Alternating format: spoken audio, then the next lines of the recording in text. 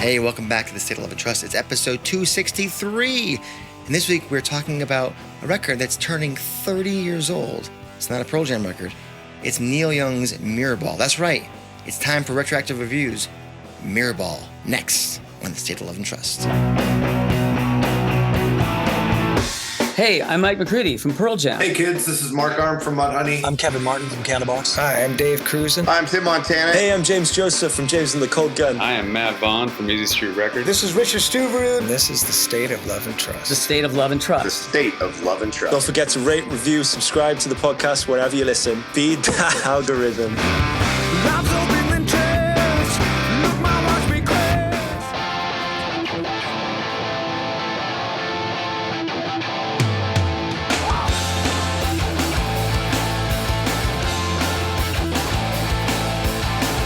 Welcome, everybody, to another episode of the State of Love and Trust. It's a Pearl Jam podcast. I'm one of your two hosts, Jason Kerepesi, and alongside me, as always, is... Wow. Paul Ghiglieri. That was quite the drum fill. Yeah, I had to channel my inner Matt Cameron for this one. Or I should say, Jack Irons. People Where already am I going know with this? Where am I going with this? The cold open and the graphics above would have indicated already what the hell we're talking about, but I love the tease anyway. I appreciate the fact that you are consistent and you keep things relevant to the conversation. I do my best. Was that Phil in 5/4, by the way? That seemed a little longer than usual. It was kind of off time. Basically, it was me butchering whatever song was playing in my head at the time, which may or may not have been Throw Your Hatred Down. I don't know. Okay. All right. Fair enough. Enough ridiculousness, people. How are you out there? If you are watching this, please go ahead and like the video, subscribe to the channel, hit the bell for notifications. And if you're listening only, Paul. They're rating, they're reviewing, they're subscribing on their preferred podcast platform of choice. Feed that algorithm. That's the only way to light up the Mirrorball. Oh, I like that. I'm wearing my Mirrorball shirt today. You see this? You are. I thought it was so appropriate. Fantastic. I was going to ask you, is that the number for today? It is, as it should be. I don't have that shirt, believe it or not. Of all the shirts I have, that's one of the few I don't have. Well, I'm covering for the both of us. I also have the Mirrorball mug. Outstanding. Look at you. You have the other mug. You have the Home and Away.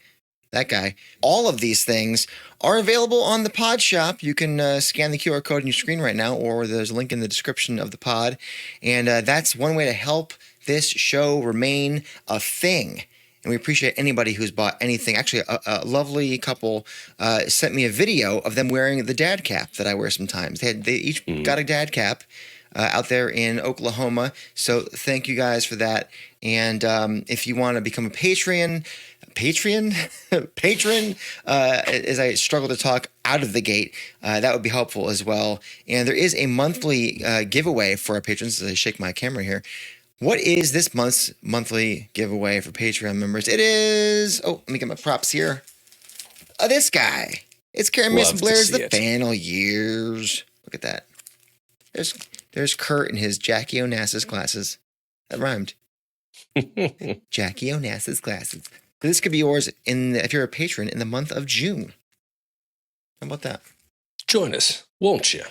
Yeah. Also, by the way, we do the monthly fundraiser, as many of you know. In the month of June, we are raising money for Alzheimer's Association. It is Alzheimer's Awareness Month. And wouldn't you know it, over 7 million Americans are living with the disease right now. So scan that QR code on your screen or click on the link in the description of this video. Or if you're on Instagram, just go in our bio and you'll see a little link there. And anybody who donates $5 or more, you know what to get. You know what you get. I know what you get. Before. You get stickers. Oh, and that pin. Yeah. And... where is it, This Paul? pick, there it is. What do you think? That guy right That's there. it. That's it. That's the guy. Right. That's the guy right there. So that could be yours for $5 or more to Alzheimer's Association. The biggest donator, as Paul... with the pick of power. Oh! There it is.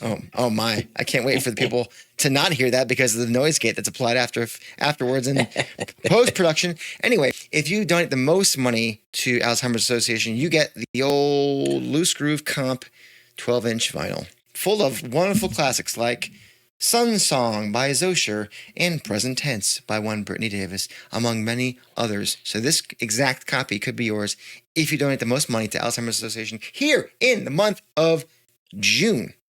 You love to see it. Shine a little light on June gloom.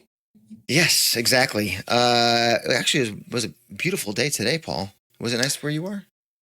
It was, actually. I feel like the sun is starting to cut through a little bit. We'll see. I don't know. I don't know how long it's going to last. Well, hopefully longer than... I know. I was about to embark down a path. I'll wait on that. All right.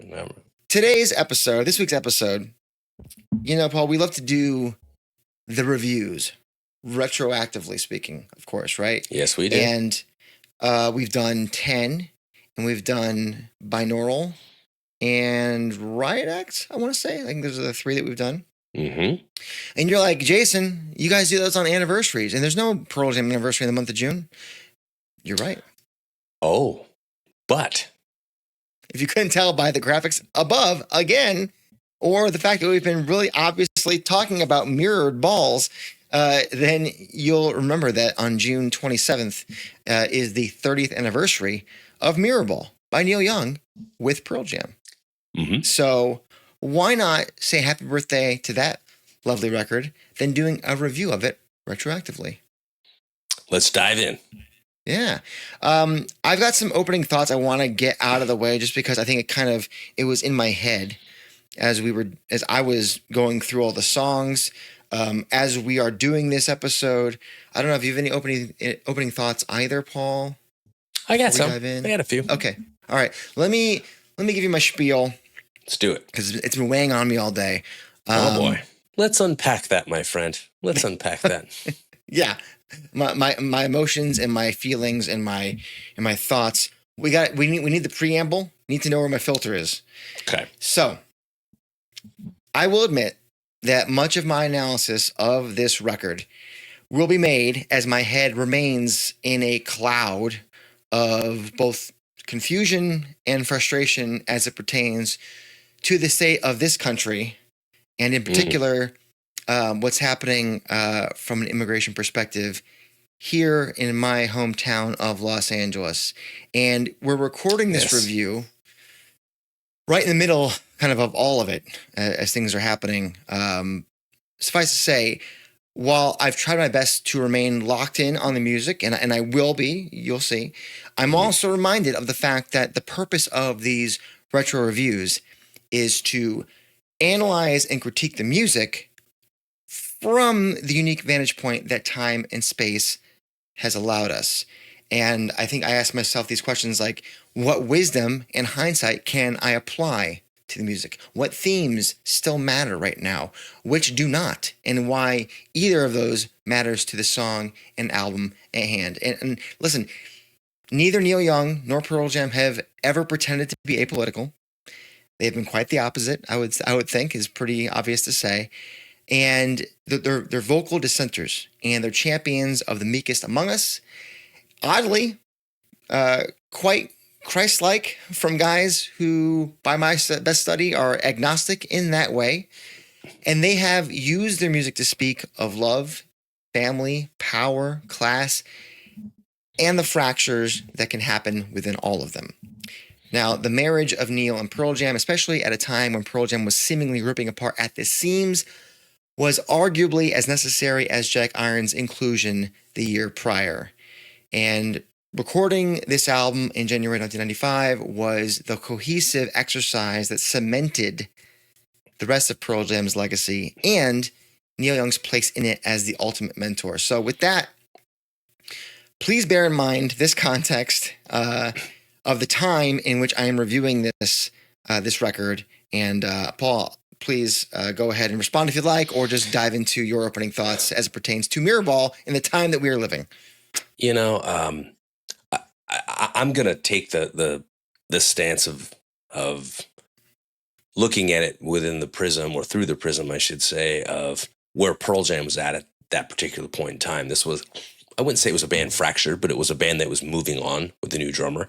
It was a band that was trying to redefine itself. It was a band that had really been taking itself very Reconnecting. seriously. I should say reconnecting, Paul. Sorry. Reconnecting, but I mean, they were really taking themselves very seriously at that point in time. Everything from the battle with Ticketmaster to, the switch to Jack Irons, a lot of policy decisions being made, and Pearl Jam using their platform to voice either their support and advocacy or their opposition to such policies. We had a lot of benefit shows happening in '95 too. So I feel as though this was a band that was struggling, I think, in a lot of ways on the heels of this newfound popularity that they just weren't really sure what to do with for a while.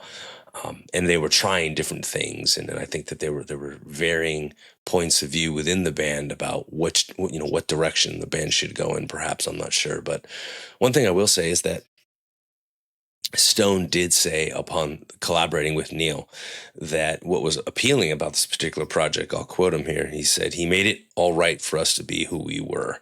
He's not taking his career so seriously that he can't take chances. Suddenly our band seemed too serious."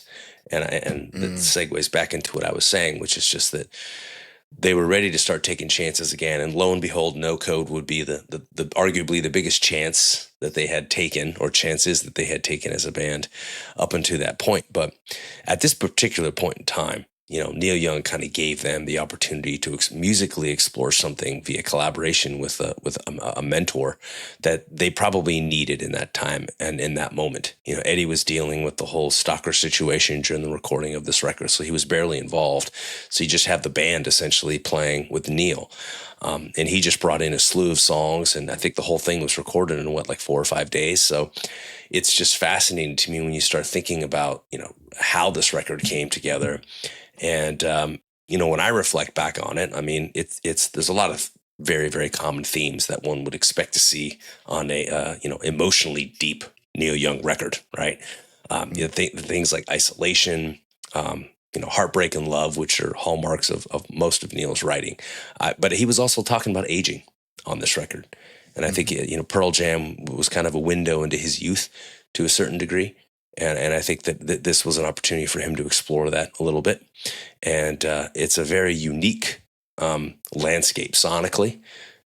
It's distinctly Seattle, obviously, in a lot of ways. I mean, there's that raw, just, distorted sound throughout the majority of the record. So anyway, I think all of that kind of sets up what this record should present itself to be. But each one of these songs deserves an unpacking, if I can use that word again, just to kind of see what are the statements and the signals that are being expressed along the lines of those themes of isolation and, growing older and falling in love, having your heart broken, and so on. Let us dive in then with the album's first track, Song X.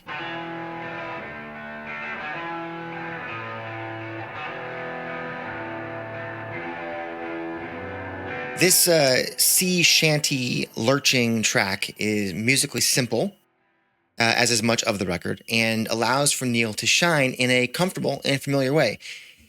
It's telling that the opening track, the two opening tracks, as we'll find, are both about abortion and the complicated circumstances and perspectives we have on the issue. Hey ho, away we go. We're on the road to never. The vocal delivery, not mine, but Neil's, feels optimistic in the face of the actual words, on the road to never. And never is such a provocative and absolute term, which is fitting for both how an unplanned and unwanted pregnancy can derail someone's life, but also, as we learn, can actually end someone's life.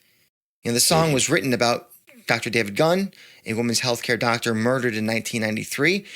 Pearl Jam famously played a show in Pensacola, Florida the next year as a benefit for him and the pro-choice movement at large. And as many of you know, Pearl Jam and Neil would perform a year later, Constitution Hall, twice, again in support of the right to choose. We talked about those shows with superfan Kathy Davis earlier this year, so you can go check those out. Some lines here that I really like. The priest was there with sandy hair, religion by his side. He saw his law was broken. The punishment was applied. The punishment was applied. The song does not mince words. It's direct, but also written almost like a fable. And for me, this is the brilliance of Neil Young. I think it's a very fine song and a great way to start the record off. I'm giving it a 3.5 out of 5. Yeah. It's interesting you refer to it as like a sea shanty of a tune and likened it to a fable. If you asked me what would a Viking hymn sound like written by Neil Young, this would be the answer. And I think it's interesting, this concept. It has this like journey to Valhalla feel to it. And when you consider the subject matter and you consider the subject, I should say, and the circumstances of this person's death, I think there is something Valhalla-esque about it. You know what I mean? The idea of meeting your maker or stepping boldly into this new place and believing that you were doing good work or believing that you were serving a greater purpose that had resulted in a life well lived. And so I feel like the song does service to that. It's a big, bold way to open the record. There's obviously this urgent feeling, but at the same time, it's this distorted, heavy, just sonic landscape that it sets kind of the tone for the record.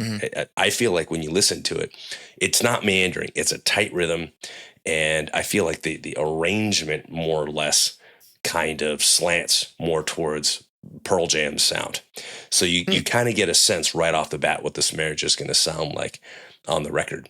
And the theme of isolation, it's a recurring theme throughout Neil Young's work, and I think it sets the stage for what this record is going to kind of tackle as far as just struggling with those contradictions. You know what I mean? Like you're trying to find some form of resolution in something that has no resolution, and some would argue no absolution. So I think it's a complicated and nuanced and therefore bold way to open a record like this.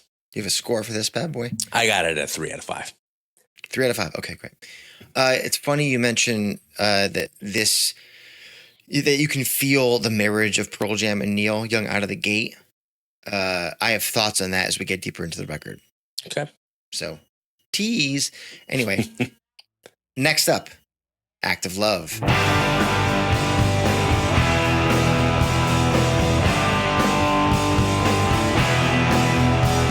This song is all groove and attitude. The fact that the chorus is just 2 chords, but feels like more is everything. The verse, basically 1 chord with a little accent dealy at the end of the bar.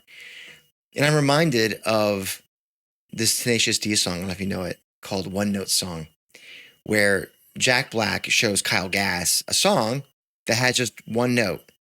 And Kyle's like, anyone could have wrote that. And Jack says, yeah, but you know who did? Me, baby. Me. But it's just 1 note. I told you to do a little bendy thing every once in a while. That is this. That's the little guitar bands at the left. Like anyone could have wrote that song. Sure. But guess who did? Neil, baby. Neil. Anyway, for the second song in a row, again, like I said, both about abortion, women's right to choose, and Neil uses the phrase holy war again. Because despite it being nowhere in the Bible, evangelicals reference it as reasons why they're anti-choice. The holy war was slowly building, heroes leaving for the great crusade. Seek reward in the ever after, ever after, ever after. Right there. Seek reward in the ever after. Neil is calling out these people. Those who protest abortion clinics or murder doctors like Dr. Gunn are convinced they'll be redeemed in the afterlife. And this story, sung from the perspective of a guy who impregnates a girl, tells her he'll take care of her despite leaving her to deal with the pregnancy alone, technically doesn't have a side. It doesn't take a side here. But knowing Neil, his highlighting of such a common story is to allow the listener to very easily see the darkness within that light. And whether you intended for pregnancy or not, you have a responsibility to make a responsible choice for everyone with the woman.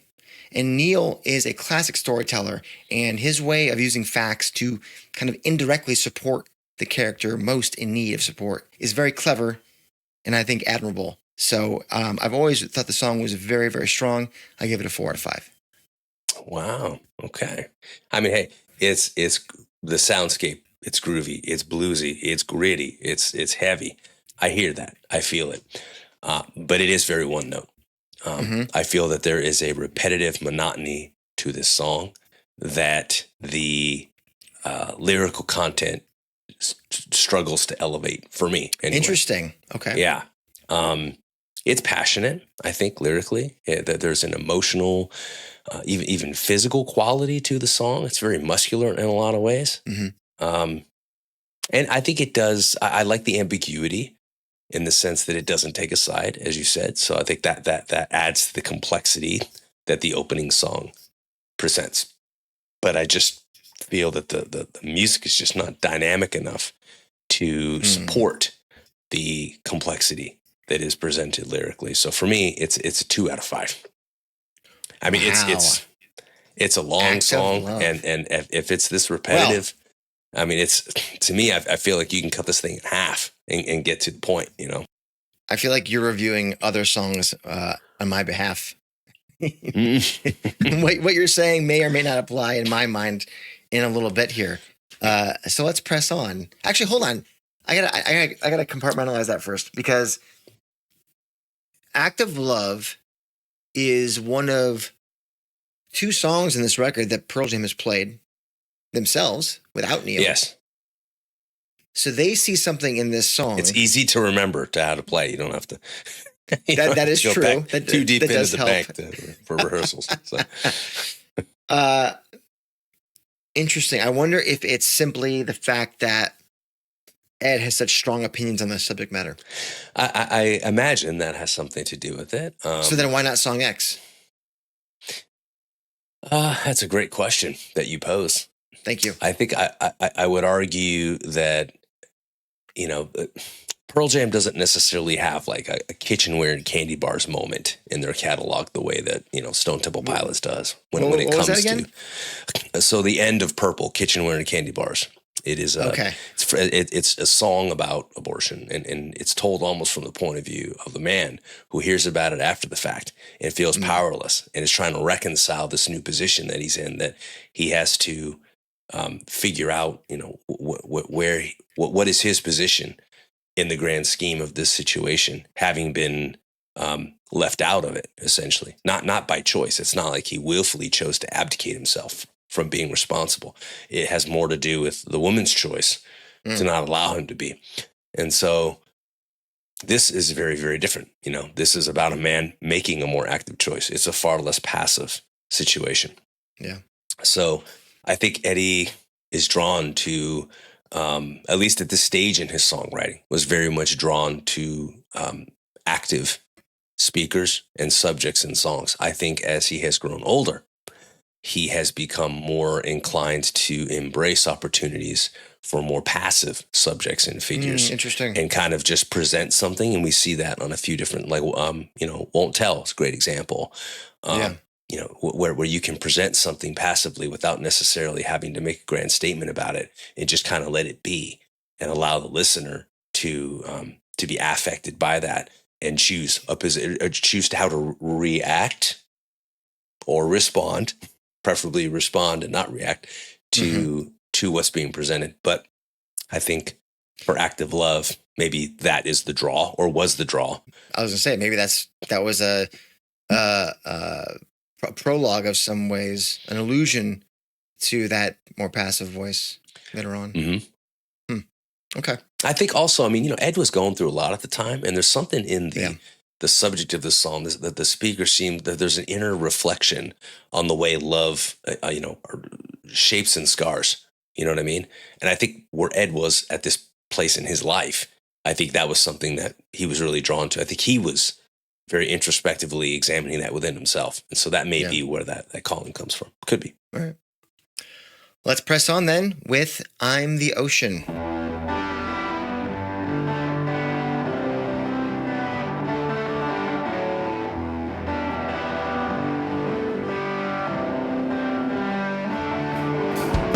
I have a peculiar relationship with this song. On the surface, I find the 4-chord somewhat up-tempo groove, fun. And then I realized the song is 7 minutes long, and that's literally the only music. But listen, I have forced myself to go deeper, much in the same way Neil gets deep into his reflections on his life. And at the time, Neil was 50. And as strange as it feels to say, I'm not that far off, we aren't that far off. In fact, many of you out there are nearing that number as well or have recently passed it. And the thing about middle age is when you look up from your daily grind, which can often feel monotonous, you realize how many experiences you've had. Some good, some bad, some perplexing, some force you to reevaluate yourself or your community or even like just greater existential questions. Reckoning with these questions or trying to apply any kind of perspective or sense to your own personal timeline, that can feel daunting. And I think back to the tentpole memories of mine, and I realize how they've shaped me or not, and try to figure out how it connects to the next stop on my journey. And oftentimes, this happens on long drives where it's, the same surroundings for miles, traffic sign, overpass, rinse, repeat. And this is where I feel the monotony of I'm the Ocean's music actually does make some sense.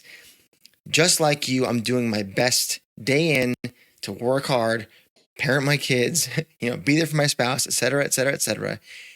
But life can feel like work. But if you don't pick up your head every once in a while, you'll never live your life or be grateful for it. And this is all to say that Neil Young at 50 came into the studio with like 7 pages of lyrics for this song, just some of his tentpole memories in metaphor and color and an understanding of who he is. And it's almost hard to wrap my head around the picture Neil is trying to paint, but I do feel it. And that counts for something. So I'm going to give it a 3.5 out of 5. Okay. When I think of an ocean wave more specifically, I think of this rhythmic, pulsing ebb and flow. Mm-hmm. That is an ocean wave. Something that eventually, gradually builds in intensity. And to me, in a lot of ways, that is that's the lyrical content of the record, or I'm sorry, of the song. But I also feel like it encapsulates the musical approach to this record as well. It's a repetitive guitar riff, obviously, which I think echoes that nature of the ocean. And it's a driving guitar riff too, though. And if you've ever tried to take on an ocean wave, you will invariably lose each and every time, as my kids found out this past weekend. So, given that though, there is that almost undefeated aspect of the ocean, in the sense that you can pollute it all you want, but if you stand and try and take it, it will knock you down. And I think that Neil, at this point in time in his life, being 50, he's really trying to figure out how to reconcile who he is as a person with the world around him, which had changed dramatically from when he wrote Heart of Gold, right? So I think this is a very introspective song. I think that for what it's trying to accomplish, that emotional divisiveness and the growth that comes with that and the hope of rebirth, I think in a lot of ways it speaks to how he felt at the time. And I want to give it a 4 out of 5 because of that. But 7 minutes of the same thing, even though there's a dynamic quality to that thing, unlike Act of Love, I feel as though it just goes on for just far too long. And so I think this is a song that desperately needed some editing. And if it had that, I would give it a 4. But in the absence of that, I'm going to sit pretty at a 3. Very good. Let's move on to Big Green Country.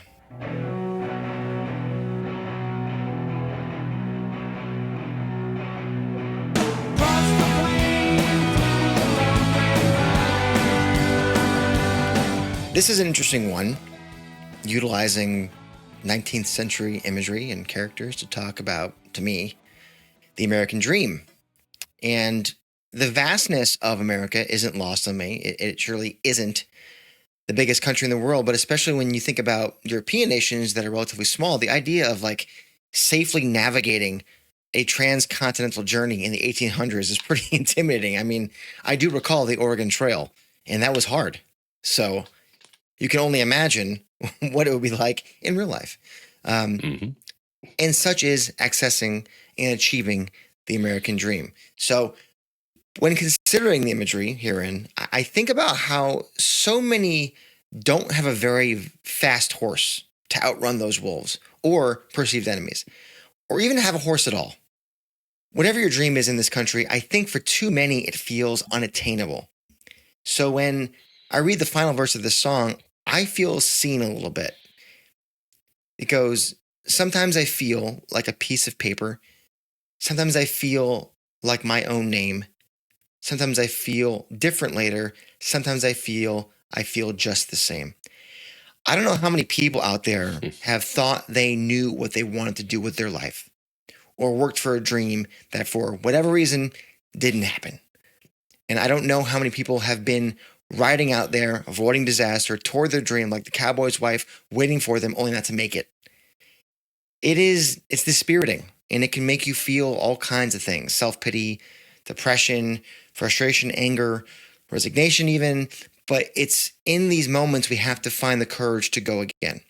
So the best part of this song to me is not just that all those feelings are valid, but that we should feel inspired to carry on and push on to find whatever dream it is that is ours. So I like it. I don't love it. I'm giving it a 3 out of 5. I'm here with you on this one. Really enjoy this song. I connect with that pastoral Western motif that ultimately is a reflection of in a lot of ways, a broken America. There's a longing for an America that is of a bygone era, or potentially you could argue a past that never actually existed, that it's an idealized vision of something that was never real. You get that rural life, that pastoral, wide open space, and there's this feeling of like displacement and the alienation and isolation that we talked about in some of the previous songs, and this need to find meaning in a world that is changing around you rapidly, I might add. Even back then, for whether it was the advent of the railroad or these towns just popping up over this vast landscape and rapidly changing it.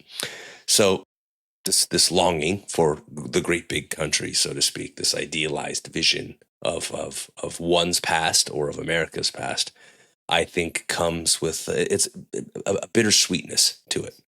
And I do think, though, like many of the songs on the record, it never quite gets where I want it to go in terms of what it could be, realizing its own ambitions as a composition.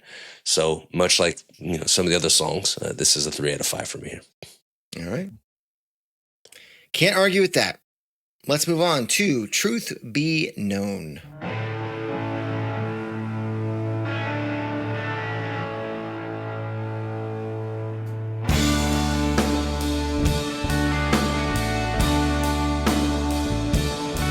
Oddly enough, this song's music is both the most and least interesting of the album to this point for me. Let me explain. There are more changes, guitar fills, and key changes than before. But something about the plodding rhythm kind of feels like a sandbag not allowing the hot air balloon to rise, and it wants to. Thematically, there's one verse I really want to hone in on. Here it is. Truth be known, the way I feel tonight, living in this backstreet town about my dreams, they all seem to fade. As soon as I put my money down, truth be known.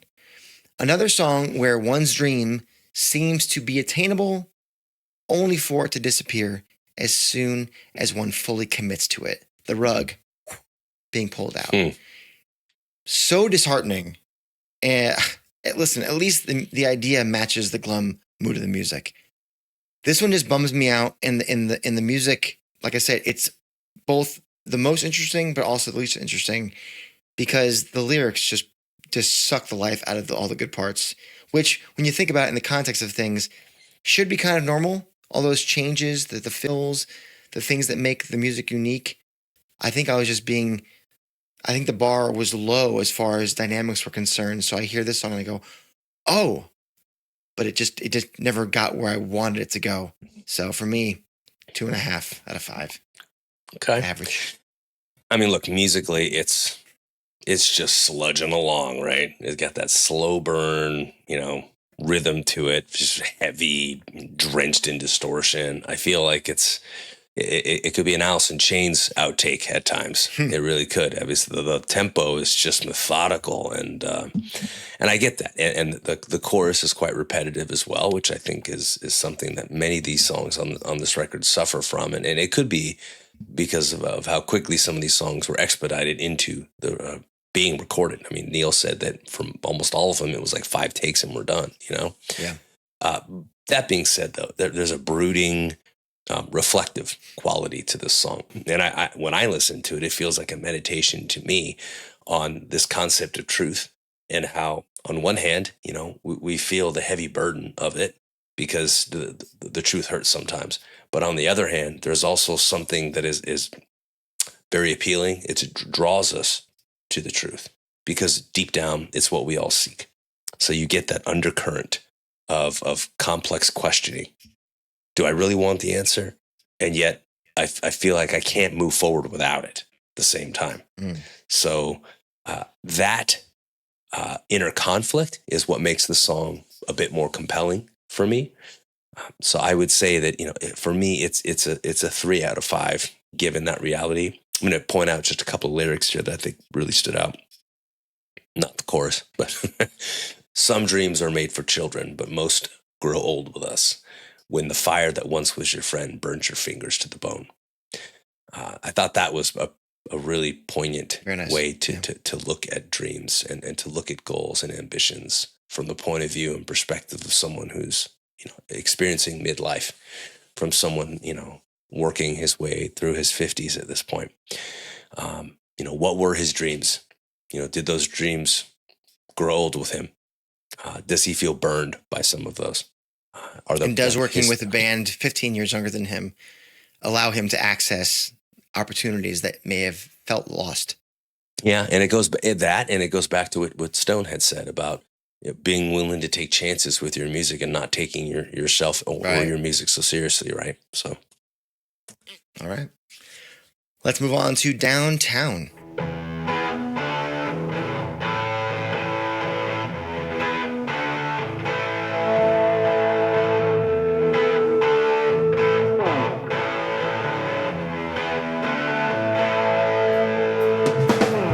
So remember when I said the last song, Truth Be Known, was the most musically interesting so far? Downtown blows it away. Bluesy, dirty, great groove, and maybe the best part for me is the band, Pearl Jam, for me, finally feels like it's given license to play. I recognize and respect that this is Neil's album, but you don't hire Pearl Jam to just be a house band, to simply follow the chord changes. You need to let them be them. And this is the first time I really feel like everyone gets to spread their wings a little bit. Mike McCready especially. Now, lyrically, there's not too much for me in this one.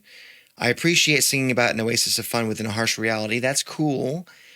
But it also feels almost too light, too superficial to be a Neil song. It almost kind of undermines the rest of the record in a way to me, which maybe it sounds a little, I don't know, harsh, but I expect to feel more from Neil, and usually I do. So again, things aren't matching. The music was up here, the lyrics were down here as opposed to other songs. So 3 out of 5 for me. I like it, but it just, come on, baby. I'm with you. I thought the music was fantastic. It's got that Roadhouse rock feel to it. Yeah. Really enjoyed it. And then the lyrics kick in, and I'm just like, there's a place that the hippies go. It's called Downtown. We don't need that. Come on. Yeah. I hear you, the idea of like an oasis in the middle of all of this hoopla, so to speak, and there is that feeling of emotional disconnect and detachment. And that comes through, I think, lyrically in the song. But agreed, there just isn't a lot of continuity I feel like there's a disconnect between the lyrics and the music, and they don't quite catch up to each other the way that they need to for me to give this song more than a 3 out of 5. All right. We are in lockstep. I like when we're in lockstep. It makes me feel smart. All right, let's move on to what happened yesterday.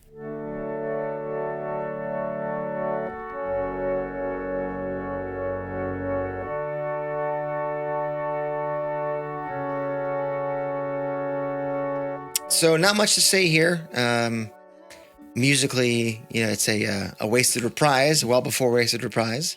Yep. Only 46 seconds long, Neil and a pump organ. Where did Eddie ever come up with that idea? But I will say, for 46 seconds and 8 lines of lyrics, it does make me feel a little something, and that is pretty impressive. Not much to really go on, so I can't really give it higher than a 2.5 because it's 46 seconds. But it's a good 46 seconds, so it's 2.5. It's funny, there are songs where I want less. And there's songs you want, and this is one where I want a lot more. Isn't that annoying? Well, like you're stuck wondering how did this fall apart? Yeah. And how often do we find? I mean, anytime something falls apart, invariably we often find ourselves in this position, asking, "How did we get here?" Even if the signs were there all along. So, really, really find this particular song to be one that makes asks a salient question, even though it doesn't make a salient argument to answer it. And I would like that exploration to continue more. Instead, we're left with this fleeting sense of disillusionment, and then the song's over, right? So it's similar to Be Mighty Humble. It's like, I know. I mean, it's got that like subdued soundscape thing going on. It's obviously minimalistic, 46 seconds, but sure. we would have loved for it to carry on. So I feel like this is one of those things where, and maybe there was nothing more to say, right? Because that's the whole point. What happened yesterday? I don't have an answer, so I'm just stuck in this place of, perpetual. But listen, the fact that we're talking about words. it and like trying to come up with trying to finish the sentence or finish the story in our minds is proof of a good 46-second, 8-line song. All right, let's move on to Peace and Love.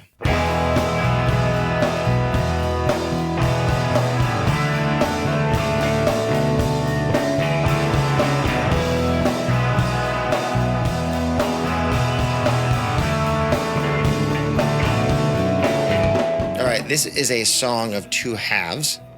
The first half I find to be a grind.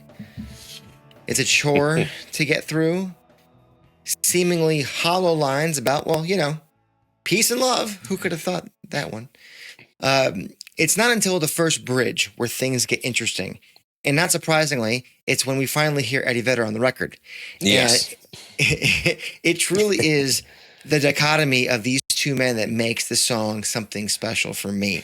You've got the idealism of the 60s meeting the realism of the 90s, and I think that clash is interesting on a number of levels.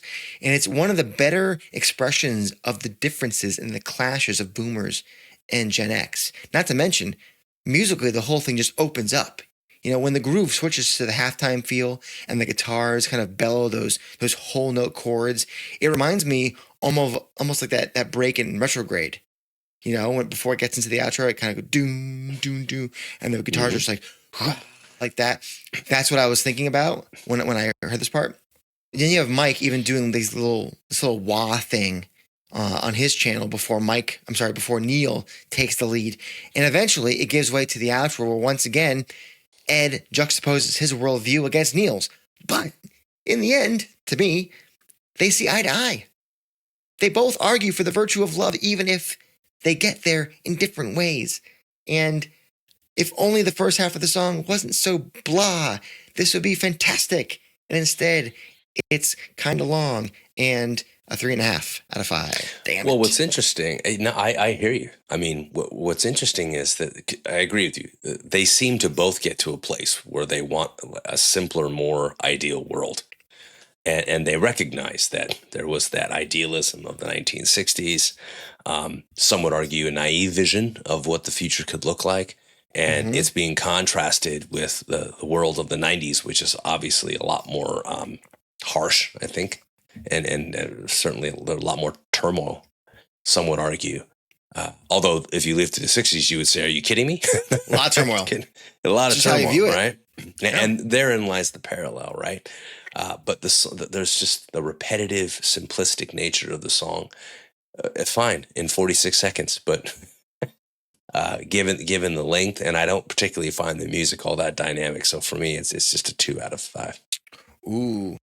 Yeah, the music is, again, fairly repetitive. And that's why I said once it gets to that bridge, there's enough changes over the next, 2.5 minutes that make it more interesting. Because when you have 5 verses and they're just broken up by 8 bars or 4 bars of the previous bridge's music with no guitar solos, really, like there's little things, but nothing too, Right. like Few there's a flourishes, leash. but not much. Yeah. That's why it's such a bummer of a song for me, because I really enjoy that back half, but it just, you can't let the front half drag it down. So, Hey, you could argue that it's a lost opportunity, which would kind of fit with the theme of the song, right? yeah, that's true. All right, let's do Throw Your Hatred Down.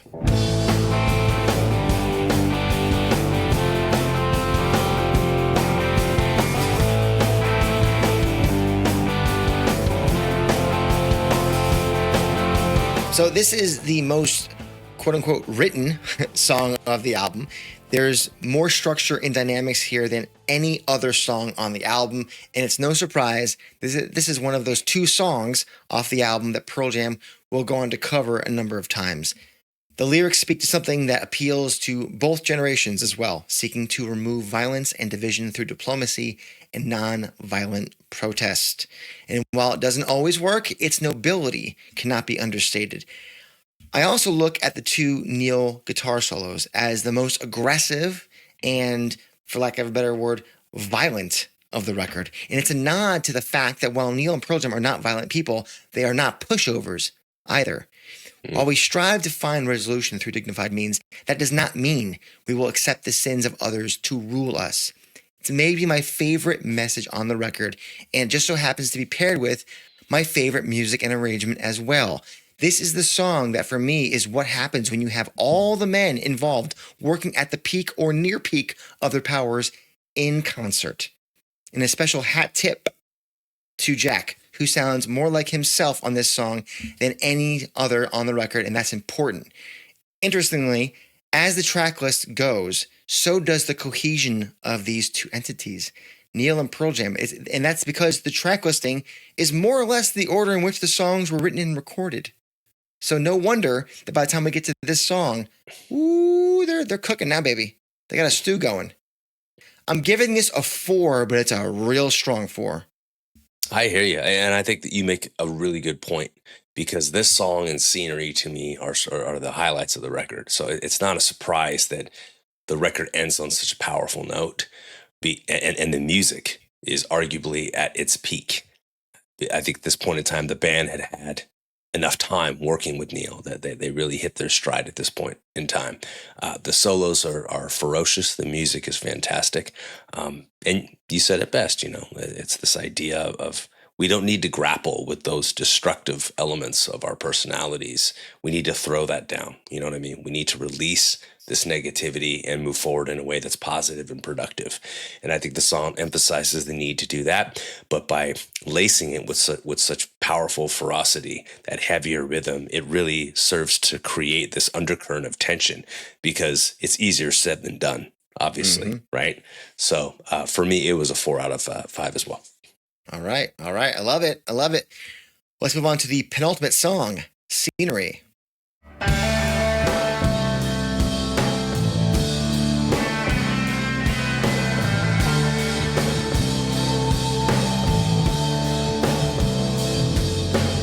This track does so much of what I love about Neil, and also what bugs me about him.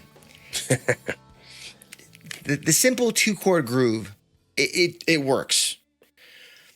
until you realize it's been 5 minutes and nothing's changed. Yeah. Now, Mike does break up all 5 verses with little lead flourishes, more so than 2 songs ago. They're not quite solos, and sometimes Neil joins him, so there's a little bit of changing things up. But we've heard this before on the record. They've done this a few times now. Verse, bridge, verse, bridge, verse, bridge. How much time you got? Like, okay. And as much as I appreciate the lyrical theme of America is both a contradiction of the ideals it stands for and the reality of the application of those ideals, I don't think we need a nearly 9-minute song to accomplish it. As usual, though, there are some really nice stanzas like this selection here. Land of the free, where the legend will outlive you. When you earn their trust, then you are truly in danger, where greed and lust have never been a stranger. Ooh, I like that one. Yeah. At this point in the process with the band, they were near the end. This was written and recorded during the second session of February 95. So I would have hoped for something a little bit more dialed in, like we got with Throw Your Hatred Down. Instead, it's just as meandering as the ocean, but maybe not quite as good for me. I give it a 3 out of 5. So this one, it's very open, I think. And it provides a platform for this escapist theme that we have on this particular song. This idea of wanting to move to a better place, to find an outlet, essentially. May or may not be this idealized vision of the past, which is something, territory we've mined previously on some earlier songs. But the yearning, the desire for something beyond this, for something more, something improved, I think is it's very prevalent on this particular song. And it's a common theme in a lot of Neil Young's work as well. But agreed, it's just... It's Neil's a signature of Neil Young's music is prose poetry, where he just has a lot to say, and it's not word salad like you would say we get with no, like the lines are generally pretty good, right? It's just a lot of them. There's just a lot, and it's almost like, could you cut that into 3 other songs? You know what I mean? And so I'm with you. I think just the length of the song prevents it from really escaping into what it could be. So for me, it was a 3 out of 5 by virtue of simply its length. It's not dynamic enough to go on as long as it does, and I think that is something the whole record suffers from. Is the length of these songs would really benefit from kind of tailoring it back and saying, hey, let's find the pearls, the lyrical pearls. Let's find the pearls in the music, and let's just kind of condense this a little bit, tighten things up a little bit more, and let these songs realize their ambitions. But hey, 5 takes, 4 days, in and out. it makes sense that it's going to have kind of like this jam session style to it. So more on that from me in just a moment. But first, Fallen Angel.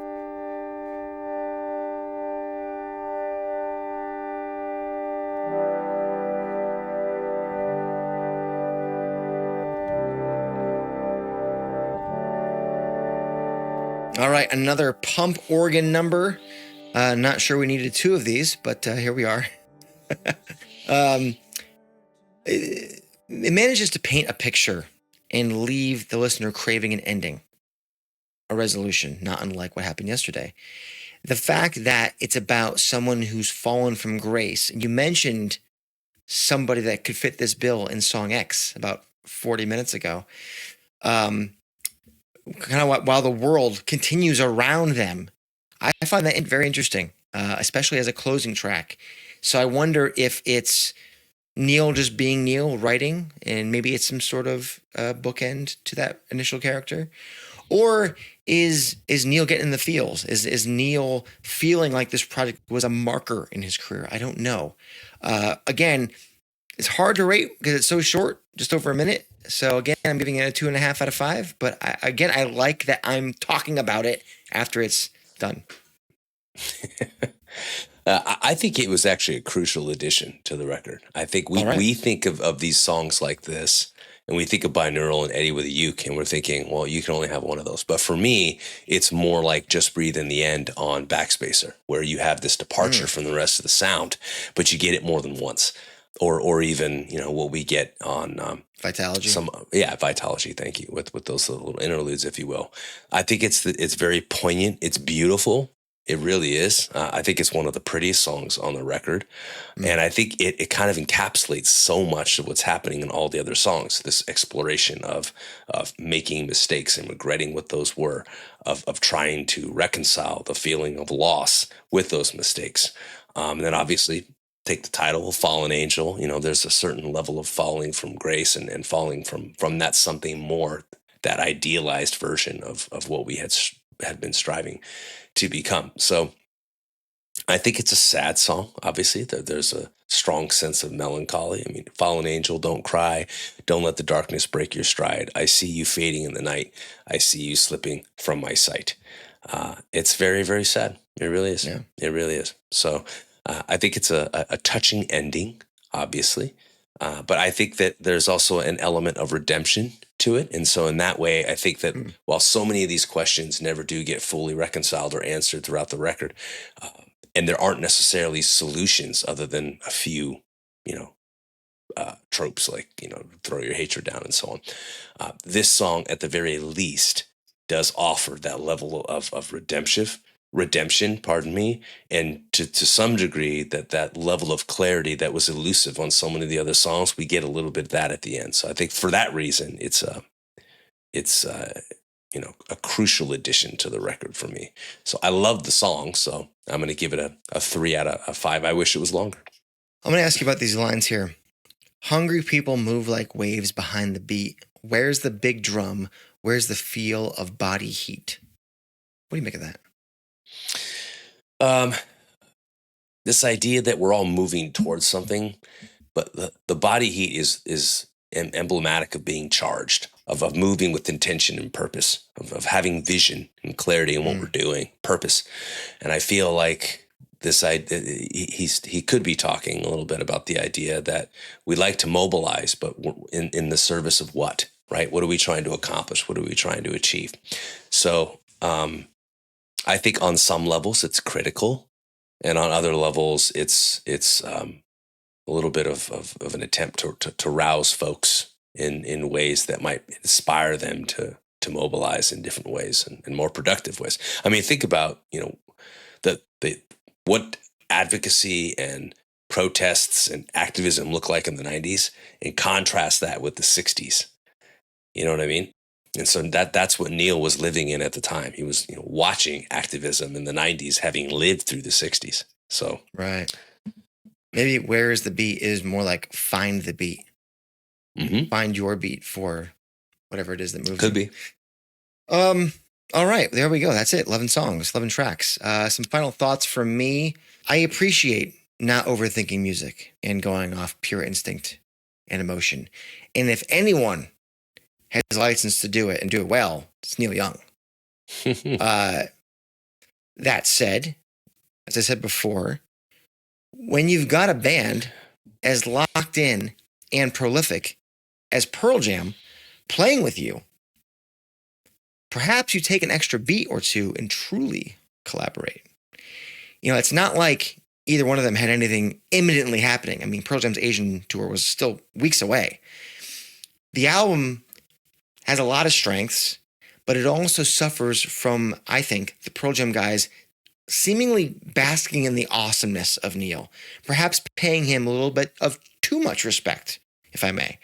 And I don't blame them to a degree. On the one hand, Neil was a recent Hall of Famer. Obviously, Ed inducted him. Yeah, He'd done it all, written some of the greatest songs of the century. And Pearl Jam, barely 4 years old. However, in those 4 years, what Pearl Jam created is arguably as important to the history of rock as Neil's catalog. I don't care if you think it's the hot take or downright offensive. I mean it that way. I stand by it. The guys in Pearl Jam were and are far too humble and respectful to offer unsolicited ideas to a man of Neil's stature. But what if Neil asks them? You know what I mean? Like, from one Hall of Famer to a handful future of others, huh? Yeah, future Hall of Famers. I can only think that with Brendan O'Brien on board, they could have easily taken these really solid ideas and, as you said, honed them edited them just enough into more nimble and direct compositions while keeping the grit and the emotion that makes them as compelling as they are. So while it's a very good musical Polaroid, it could have been truly great for me. Yeah. It's interesting you mentioned Brendan O'Brien. We have barely touched on him here. A lot of keys throughout the record. There are. You hear the keys, but it's almost like he's just geeking out on the record too. You know what I mean? It's almost, where is the Brendan that's like meticulously just, surgically assembling all this? I don't see that. You know what I mean? It's just so many of these songs just go and go and go as Neil is, grappling with these complex themes, these emotions, exploring the obviously inevitable passage of time and the nature of relationships and how they're built and the heartbreak that comes with them and this search for some sort of peace. And all of that's beautiful, but it almost seems like he was just lit. He was supercharged with the desire to just express himself in these moments. And he goes to a group of men who are not at that place in their lives yet. And I think given his gravitas, they just kind of let it happen and just went along for the ride.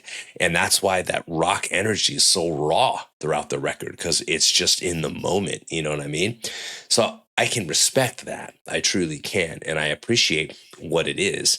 And in a lot of ways, it's like, what if Neil Young was a grunge frontman? And, this is what a Neil Young grunge record would sound like. But you wouldn't have a 50-year-old Neil doing it. You know what I mean? And the Neil that people call the godfather of grunge, in a lot of ways, that's music that occurred long before the Seattle scene ever arrived, So it is an interesting intersection is what I would call this record. Yes. That allows us to catch a glimpse into the men that many of the members of Pearl Jam would become, or you know what I mean? I think so much of what Neil's grappling with here, we saw members of Pearl Jam grappling with at a similar age in the future.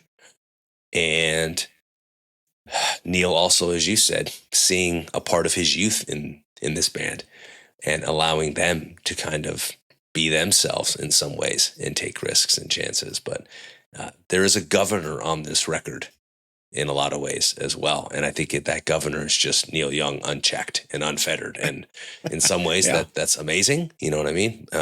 But in other ways, it might have benefited from, the Brendan O'Brien scalpel here. I don't know. And what's wild about that too is, on the one hand, Brendan loves moving quickly. So he must have been like, great, 3 takes, 4 takes, move on. Next song, great, amazing. Yeah. As long as you're happy with it, I'm happy with it, great.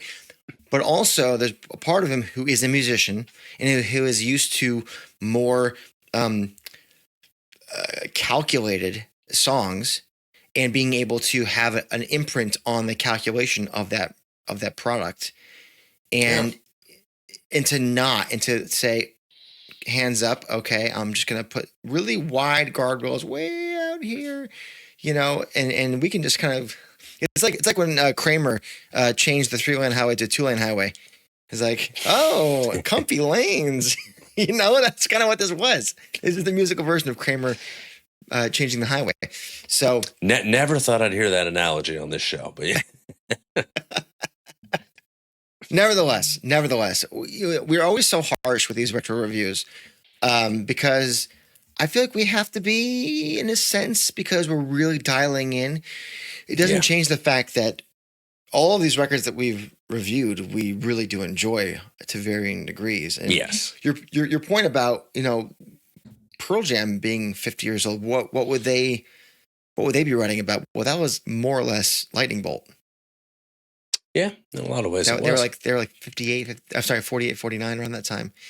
So interesting where it was 2 artists at different trajectories, different points in their lives, and personally as well, not just professionally, finding a moment of cross section and then going their separate ways. And it's like that one little, like, the comet happened to hit the thing at the right time.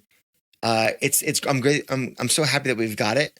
I hope that we'll get some sort of remastered version at some point. I know we've been teased it forever, it feels like. Yeah.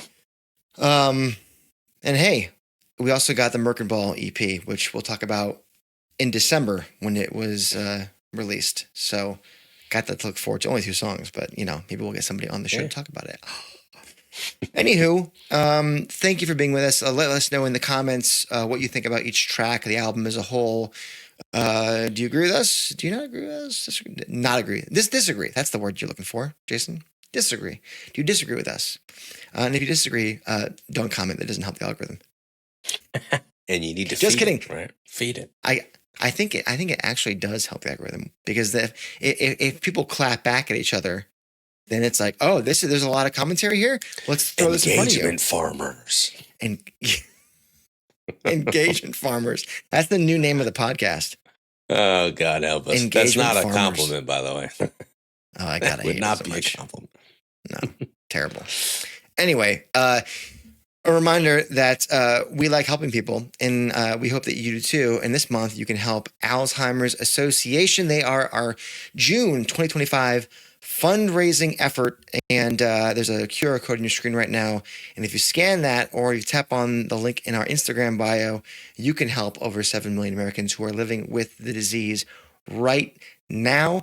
$5 or more to that organization gives you the sticker and pin and guitar pack.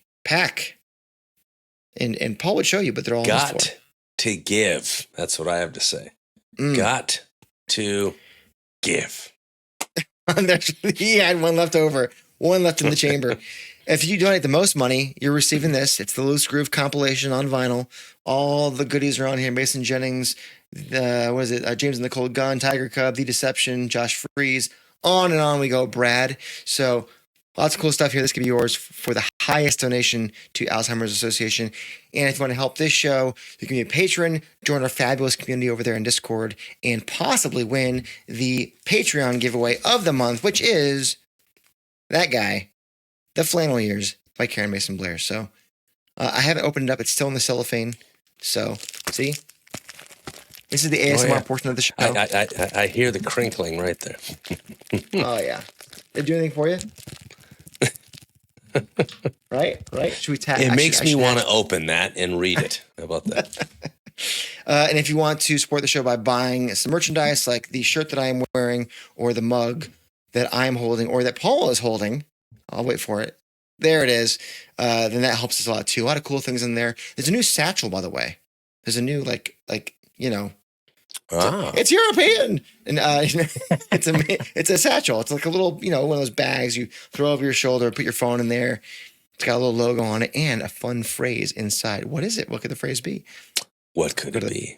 Go to the pot shop and check it out. I have a guess. What? What does it say? Oh, please guess. Beat that algorithm. It should. It really should. It should. Yeah, if you are listening to us shill this European carry-all, Paul, what should they do? They should rate, they should review, and they should subscribe on their preferred podcast platform of choice. That's what I they love should it. do. Feed that. I love it. And if you're watching here on YouTube, go ahead and like the video, subscribe to the channel, hit the bell for notifications. And yeah, there you go.